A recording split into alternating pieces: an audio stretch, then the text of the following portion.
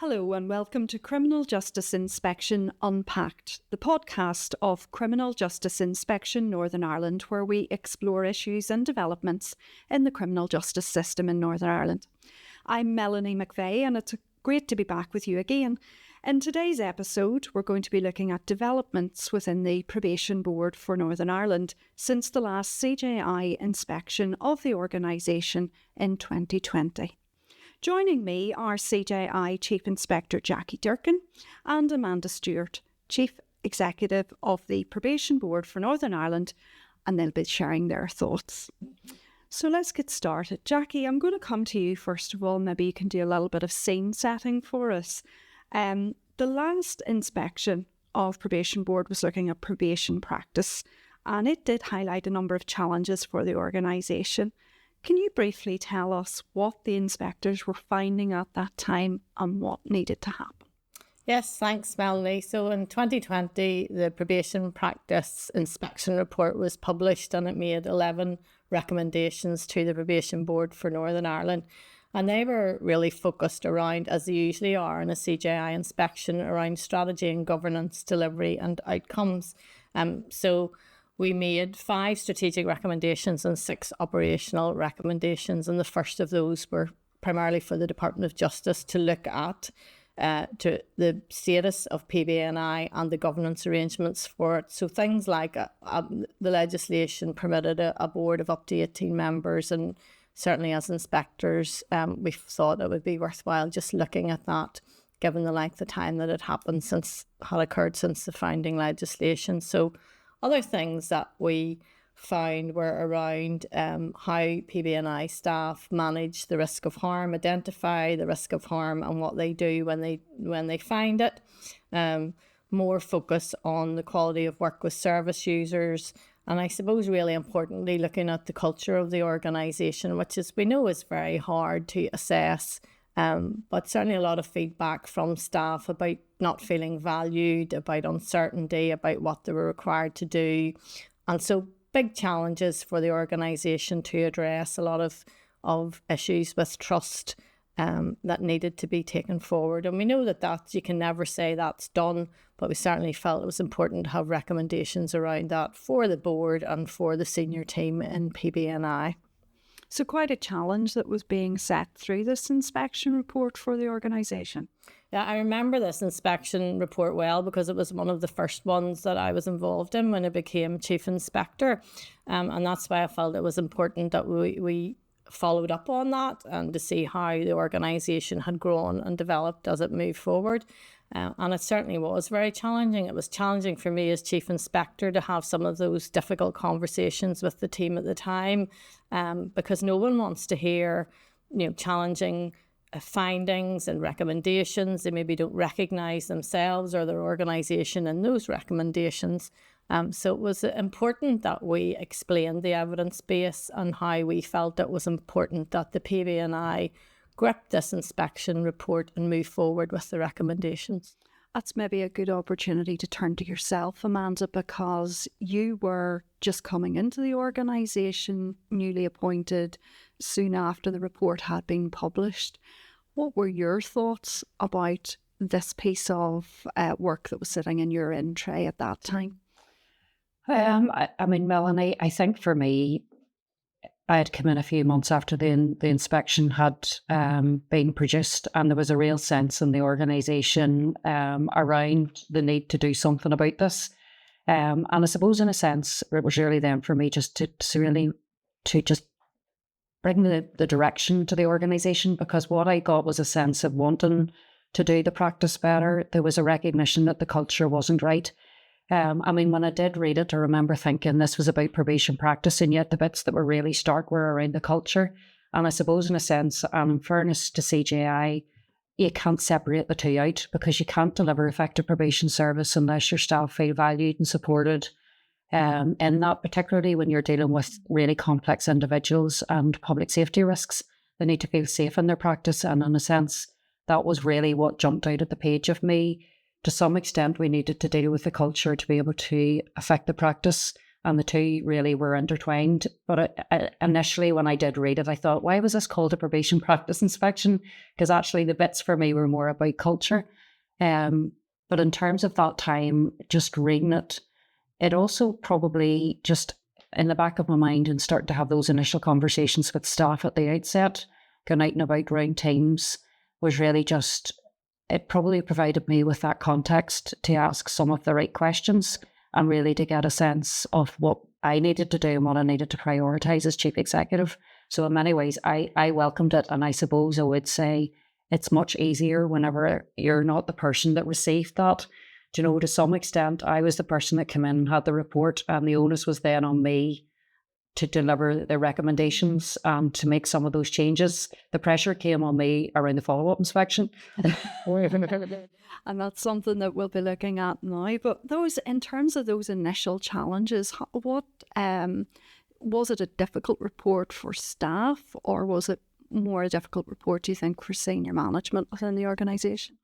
I think it was probably more a difficult report for senior management in terms of what it said, but also I think staff felt a real sense of disappointment. And I say that largely because they are deeply committed to the work that we deliver in probation, and to some extent because it was making recommendations and to some extent some criticisms around that practice. There was a real sense of, as an organisation, we'd lost our way.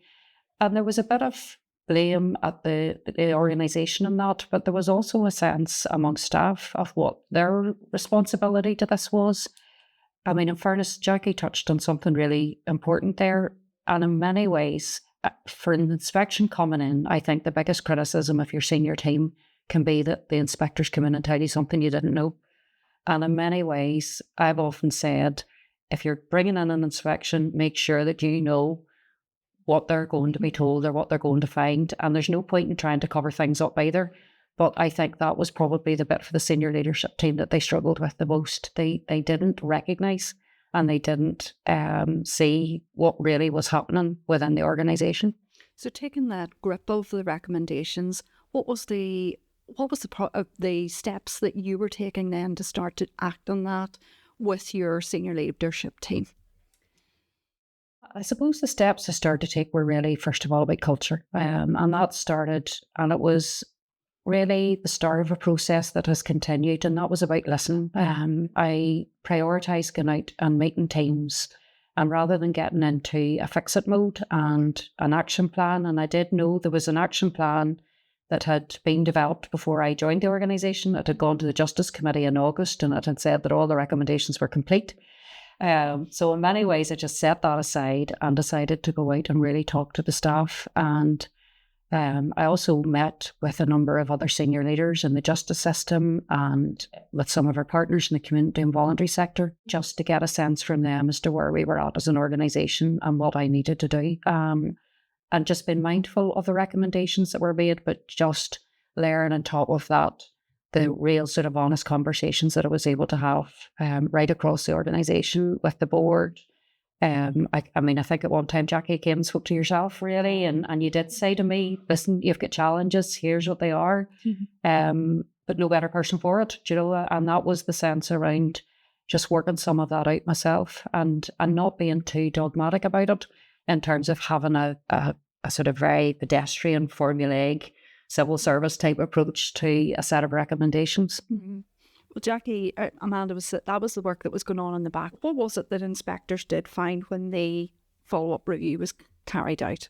Yeah, I'll get into that in a second, but I think just pick up a point, you know, that Amanda said there. I think what I was really encouraged by when I saw Amanda come into the organisation was that visibility and listening to understand rather than listening to kind of explain away. And I think that was really refreshing. And it's really difficult to go into an organisation where you have some of the same people are there, but they might have changed roles, or there might be, you know, a sense of their perceived reality about what's going on in that organisation. And I think it's really important to say, absolutely, inspectors found a lot of really good work and good practice going on as well. And that's why the inspection recommendations were very much focused on improvement and better services and on outcomes for service users. So in terms of the follow-up review, I think at the outset it's important to say, and we have talked about this before, it's so refreshing to go into an organisation who provides you with a self-assessment that actually bears some resemblance to reality. Because time and time again, you'll find that there's not substance to what that self-assessment is about. So for inspectors to go in and be able to have mature conversations with senior leaders and say, right, well, this is how you've said you've moved this recommendation forward. What is your evidence base? What's been done? But for leaders to recognise, yeah, we've done this, but there's more to be done. This is a continuum. It's not a kind of, when will we ever be able to say, particularly with the culture of an organisation, well, yeah, we've achieved that, we've moved on. There's certainly steps you can take, and under Amanda's leadership, that's what happened. Action was taken, and we have now an assessment of, some of the things that have happened that have been able to happen. Unfortunately, there hasn't been an opportunity to have legislation to kind of change that structure of the board and what that might look like in the future. But there certainly has been a lot of work done, particularly around training and development and recognising good risk management. And when you identify risk, what action do you take on foot of that? How do you reflect that in your practice? How have you recorded that? How have you shared that information where you can? So an awful lot of actions being taken to implement the recommendations and take them to a certain point, but with the maturity and knowledge that it's not done. There's more to do. Would you be in agreement with that assessment, Amanda, in terms of the changes in the organisation? I would. In many ways, I think Jackie's touched on something really important there. I'm not sure that we will ever get to a point where we'll say all of these recommendations are fully achieved. And I came to that conclusion in terms of doing the self-assessment, where I thought, when would you ever say that you have reached the point where you no longer need to look at what you're doing to reflect on your practice? Some of the recommendations, I think, probably needed a focus at that time, but actually the time changes, and really since 2020, the criminal justice system has changed, society's changed, the people we work with, and that's probably been the biggest challenge, has changed, particularly since COVID. The complexity, the mental health, the addiction issues, and that necessitates us to look continually at how we deliver the services. And that's why in many ways, I think, as an organisation, I'm not sure that I'd ever be coming back and saying to you, our job here's done, there's nothing else to see.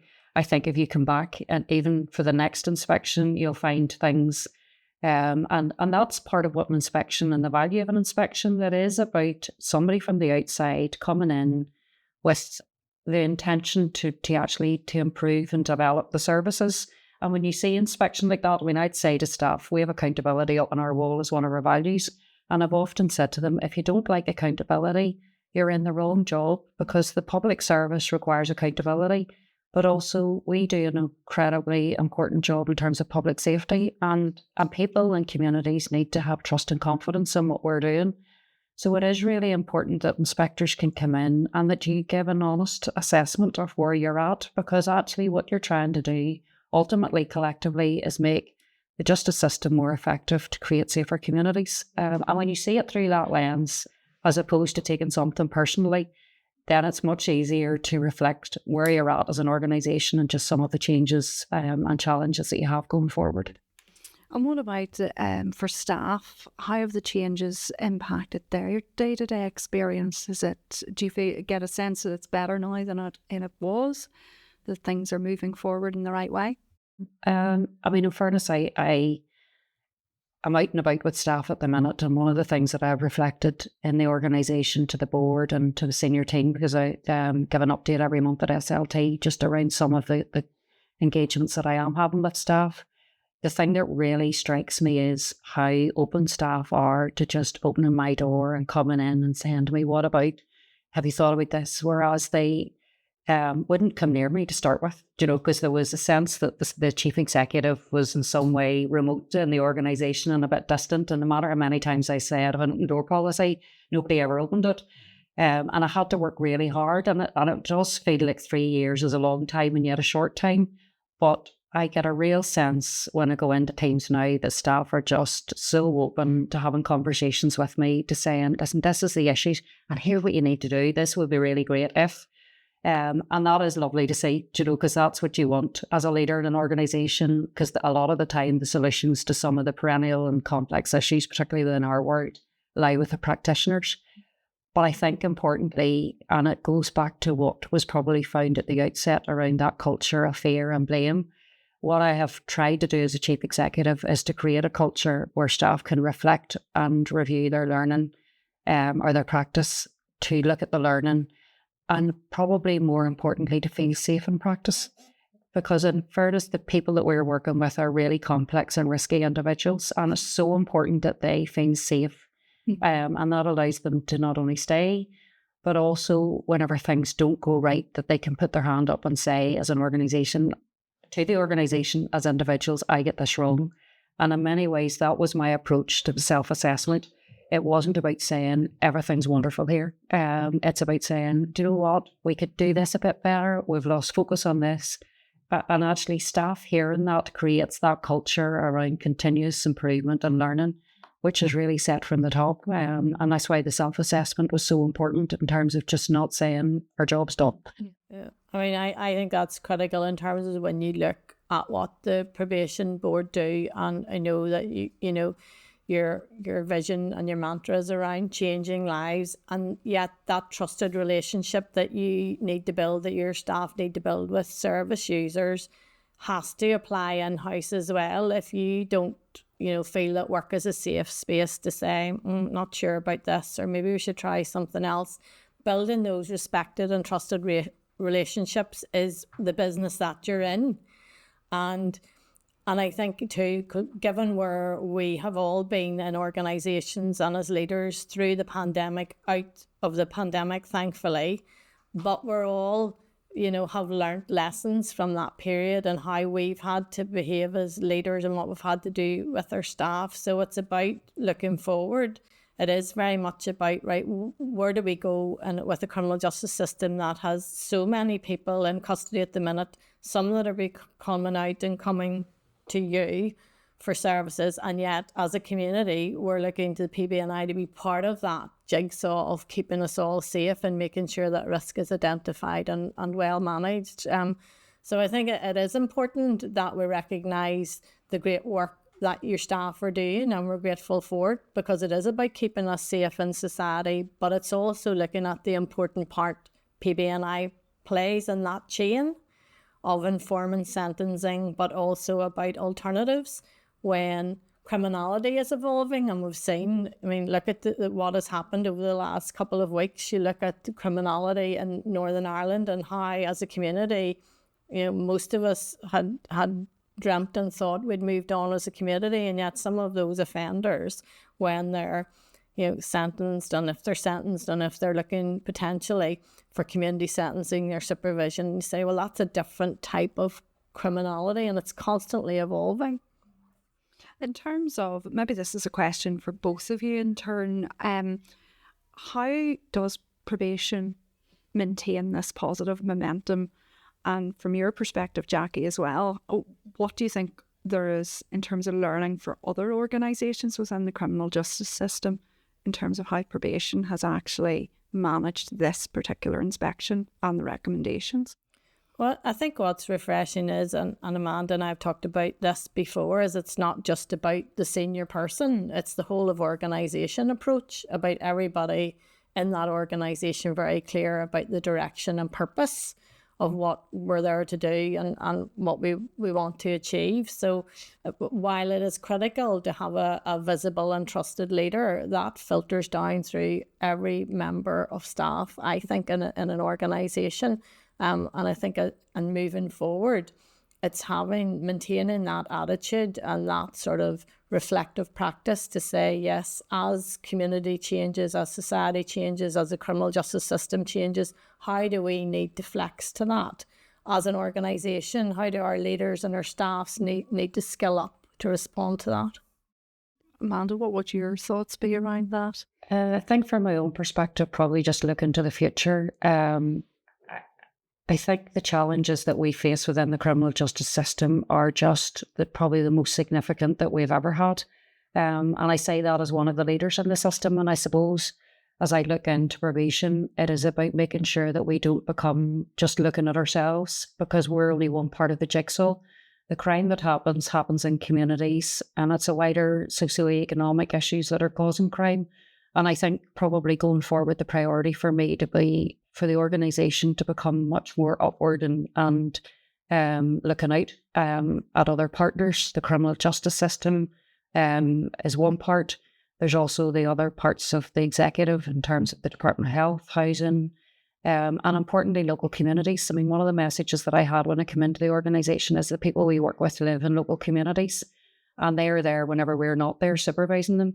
And it's really important that we continue to build those relationships. And that was probably one of the challenges around COVID, whenever people sort of retract and go into their houses or into their homes and didn't come out again or go into their organisations.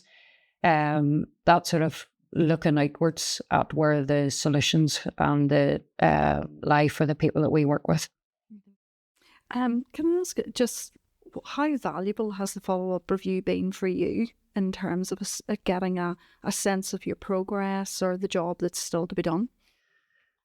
Well, the self-assessment probably was really effective. I mean, we had regular updates through SLT in terms of where we were at. I suppose one of the things that really struck me whenever I sat down with the group of staff, when we did put together a group of staff, and we brought in an external person as well to just give us a different perspective, to sit down and look at this as a self-assessment and make sure that it wasn't what I thought where we were at in the organisation or where the senior leadership team thought we were at, but it was actually that sort of everybody felt a sense of the progress that we made. So in many ways, it actually probably galvanised the staff towards making the improvements that still need to be made, and also just their acknowledgement of the progress that had been made to date. You know, because in a sense, there was a real sense we'd done so much, and yet actually at the end of it, when we looked, we were like, we've only achieved one of the strategic recommendations, you know, and two of the operational, you know, all this effort for what? But actually there wasn't that sense. There was a real sense of we've made so much progress, but yet there's so much more for us to do. And that was the bit, in many ways, that has probably given me a roadmap for the next 3 years. But importantly, and I think this was the real learning for me, I probably was taking at face value where we were at until I really sat down in that group and started to get underneath and lift the bonnet of some of those recommendations and start to ask really pokey questions. And there's nothing like inspectors coming in to make you want to do that. And I got a different answer sometimes. And I sort of joked in the organisation to say, I think at different times that they were referring to me by everything other than my first name, because I kept coming back and saying, I'm not sure about this. Can we look at it again? And we did ask for an extension for the self-assessment, because actually I found huge value in doing that. And I think the rest of senior leadership team did as well, because you could then start to see, are we really 100% sure that that is delivering that recommendation? We get very, very focused on what we said the actions were against the recommendations. Whereas I wasn't interested in the action, I was looking at the recommendation and saying, have we achieved that recommendation? Forget about the action. The actions are achieved, but actually what is the recommendation saying? And that probably was the real learning curve, I think, for all of us, but also just getting in underneath the detail of it and spending time and drilling down. But we have, I mean, in many ways, I lifted one of the recommendations over the last couple of weeks around a programme of work that we needed to do and thought, what did we actually say back to CJI here that we needed to do? And let's just put, a plan around doing that. Jaqui, for you, does that sort of reinforce the benefits of the follow-up reviews that the organisation carries out? I think absolutely. I mean, I am very clear about it. When we do follow-up reviews, it's as much about assurance, just as it is in inspections. It's about assurance. It's about saying to a wider audience other than those inspected organisations, here's what we found in this organisation, and here's some recommendations where we think they could look to practice or they could look to their governance and how things might improve. And for me, it's very much being alongside and not looking for things to be critical about. Sometimes you have to be critical. Sometimes you have to spell it out and say, well, here's the evidence. This is what we found. This is what we think really needs to change quite quickly. But for other organisations with a healthy mindset of saying, yeah, as an organisation, we know the world has changed. Our world is changing. Budgets are tight. There's other things going on in the criminal justice system. But how are we going to move forward as an organisation, and what do we need to do to make sure we're successful and maxing out the resources that we have and still look into our reason for being and our vision about keeping people safe. And I think that's really important when we move forward over the next 3 to 5 years, because we are certainly changing as a community, and those issues around health and education and all the things that impact on people's lives who come into contact with the criminal justice system, aren't going to change at a rate of knots either. So it's how do you work together as an organisation, very focused on what quality services look like and keeping people safe. I think on that note, that will bring to a close the conversation today, and thank you both very much for joining me today and taking part in this episode of Criminal Justice Inspection Unpacked.